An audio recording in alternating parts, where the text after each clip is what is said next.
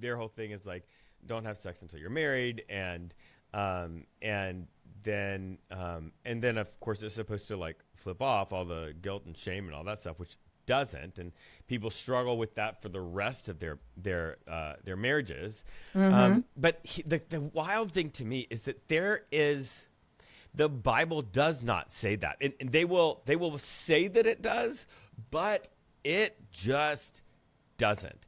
And this is an important piece because uh, one of the things that when you're looking at the Bible, you have to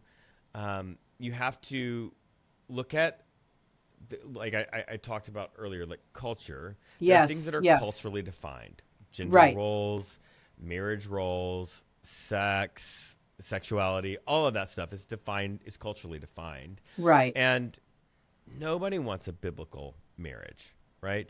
Because a biblical marriage was when the men bought the woman from their father. The women had no rights, no No agency, say.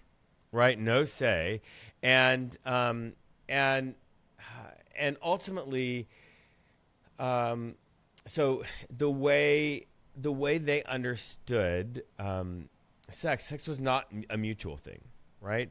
Ah, This was that's not something that was true. shared. It was part of the hierarchy, and so it was something that the person higher up on the social status did to a person of lower social status. It's actually that's part of why in the Jewish culture, this one of the aspects of why they didn't they didn't uh, two men having sex was a problem for them was because there was supposed to be a higher and a lower. The lower received, the higher gave. And Oh. when the two men are together, it's They're violating that equal. social order, right?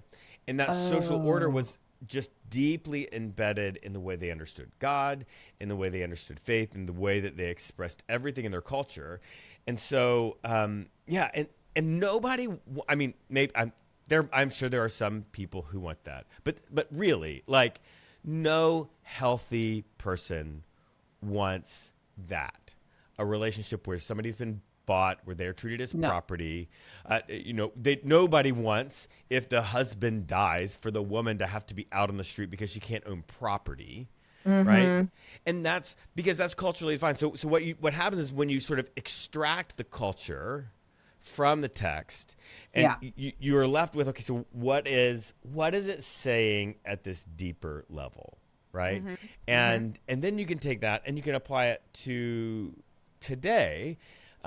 But it is also really another interesting thing is uh, men were the only people that were supposed to, in any of these moments, that were supposed to save themselves for marriage were the women. The men were not expected to do that.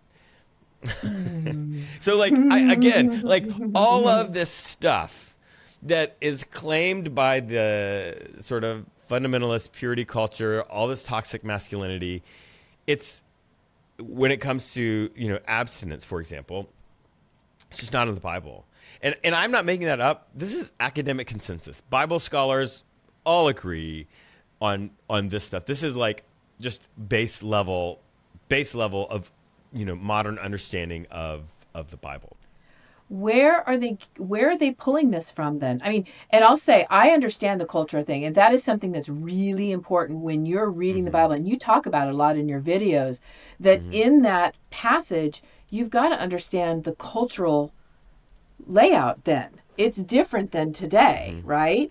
Yeah. But where did that come from? Because honestly, when I was in church, yes, it was all about abstaining from sex and stay pure until you're married. But and I can't think of the passage that they used to use to confirm that with me. But I just believed it. Yep. So there's a verse, I think it's Corinthians, that says like flee from sexual immorality, right? Right, right. That they talk about sort of committing a sin against your own body.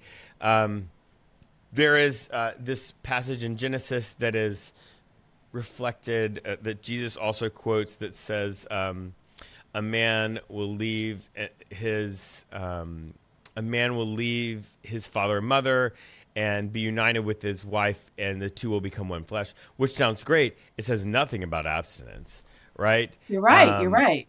and then there's a Sermon on the Mount where it says, "You shall not commit adultery," but everyone who looks at a woman with lustful intent has committed adultery Mm-hmm. in their heart. Mm-hmm. And again, this is in this whole series of Jesus saying, like, don't be rigid, right? It's Yeah. not simple. It's like Yeah. don't commit murder. Don't, like, it's not. It's like it's internal. It's something going on inside of you. It's not this external Mm-hmm. law that you're supposed to check a box. And that one is interesting because adultery requires somebody to be married, right? Right. And so like yeah, it's like it's and there's a lot of talk of sexual immorality, right? And uh, but but it in but that's culturally defined. Sexual immorality is culturally defined, and in those cultures, it did not mean that you were both men and women were abstaining from sex until marriage.